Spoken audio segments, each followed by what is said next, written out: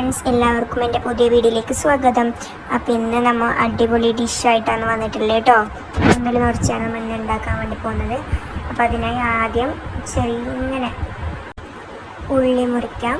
എന്നിട്ട് അത് നന്നായി വഴറ്റിയെടുക്കാം. അതിലേക്ക് തന്നെ നമുക്ക് കറിവേപ്പിലയും കൂടി ഇടാം.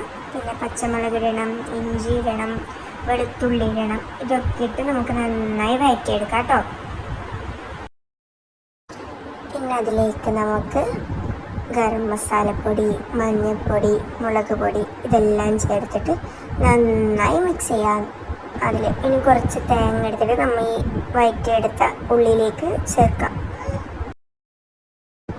അത് മിക്സ് ചെയ്തതിന് ശേഷം നമുക്ക് അതിലേക്ക് മല്ലിച്ചപ്പിടാം. ഇനി നമുക്ക് കുറച്ച് ഇതും കൂടെ ചേർക്കാം കേട്ടോ. ഇത് ചേർത്തുമ്പോൾ ഒരു പ്രത്യേക ടേസ്റ്റ് കിട്ടും നമുക്ക്. ആ മിക്സ് നന്നായിട്ട് വരും. അപ്പോൾ ഇതും കൂടെ ചേർത്തിട്ട് കറിവേപ്പിലയും കൂടെ ചെയ്തെങ്കിൽ നമ്മളെ മസാല റെഡി ആയിട്ടോ. പിന്നെ അതിലേക്ക് നമുക്ക് കൂന്തൽ ഇങ്ങനെ ഒരു ചെറിയ പീസാക്കിയിട്ട് മുറിച്ചിട്ട് നമുക്ക് അതിലേക്ക് ഇടാം കേട്ടോ. ചെറിയ പീസ് നമുക്കിങ്ങനെ കടിക്കുമ്പോൾ ഒന്ന് കിട്ടാൻ വേണ്ടിയിട്ട്. അപ്പോൾ ഒരു പ്രത്യേക ടേസ്റ്റ് അല്ലേ. അപ്പോൾ കടിക്കുമ്പോൾ കിട്ടാൻ വേണ്ടിയിട്ടാണ് നമുക്കങ്ങനെ. ഇനി കുറച്ച് കൂന്തൽ വലുത് തന്നെ നമുക്ക് മാറ്റി വെച്ചിട്ട് അതിലേക്ക് ഈ മസാല നമുക്ക് നിറച്ചെടുക്കാം. ഇനി നമുക്ക് എന്താക്കാം, അത് ആവിയിൽ വേവിക്കണം. അതിനായിട്ട് വെക്കാം. കുറച്ച് സമയം വെച്ച് ഇങ്ങനെ അത് വേവും. പിന്നെ ഈ കൂന്തൽ പെട്ടെന്ന് ചുരുണ്ട് പോകും കേട്ടോ.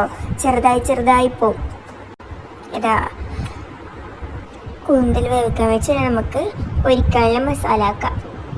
മുളക് പൊടി, മഞ്ഞൾപ്പൊടി, ഉപ്പ്, കുറച്ച് വെള്ളം സിറക്കൊന്നും കൂട്ടിയിട്ട് നമുക്ക് പൊരിച്ചെടുക്കാം കേട്ടോ. ഇതാ ഫൈനൽ ലുക്ക് ഇതാണ്. എല്ലാവർക്കും ഇഷ്ടപ്പെടും. നല്ല ടേസ്റ്റ് കേട്ടോ.